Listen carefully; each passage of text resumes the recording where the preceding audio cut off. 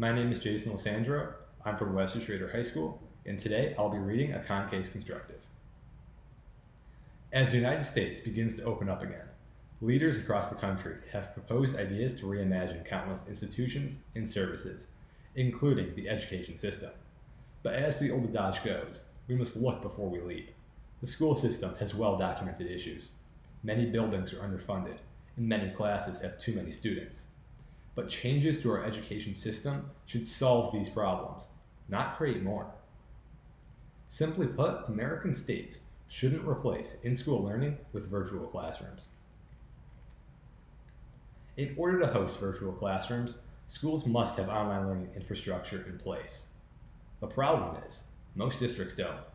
An online learning research and development team, known as Raccoon Gang, found that the average cost of producing 1 hour of high-quality online education is $18,760. Additionally, an NPR survey reveals that 32% of low-income families either don't have a device or have to share it with another sibling. Schools would need to invest heavily in programs to make sure lower-income families have access to the needed technology. At the same time, states like New York have outlined more than $800 million worth of cuts to the education system, with city schools facing the possible additional loss of $2 billion in state aid. A common complaint of the current school system is how underfunded it is, requiring districts to expand and transition to virtual classrooms, which have high development costs, while districts are facing extreme budget cuts, would certainly result in an inferior product. The quality of online learning is also an important factor to consider.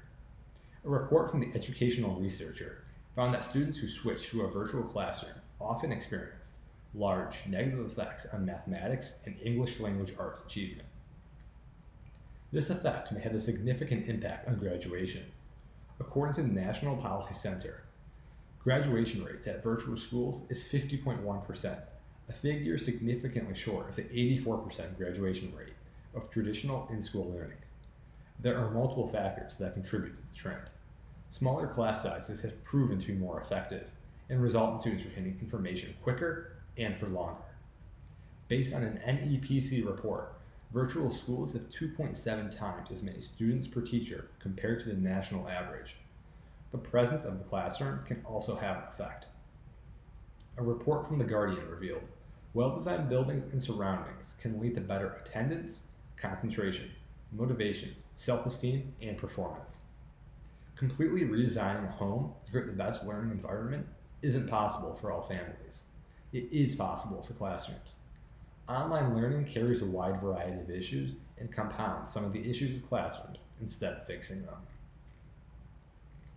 The coronavirus has caused society to question the practices of long-standing institutions. There are ways to improve the current education system, but replacing in-school learning with virtual classrooms isn't the way to go.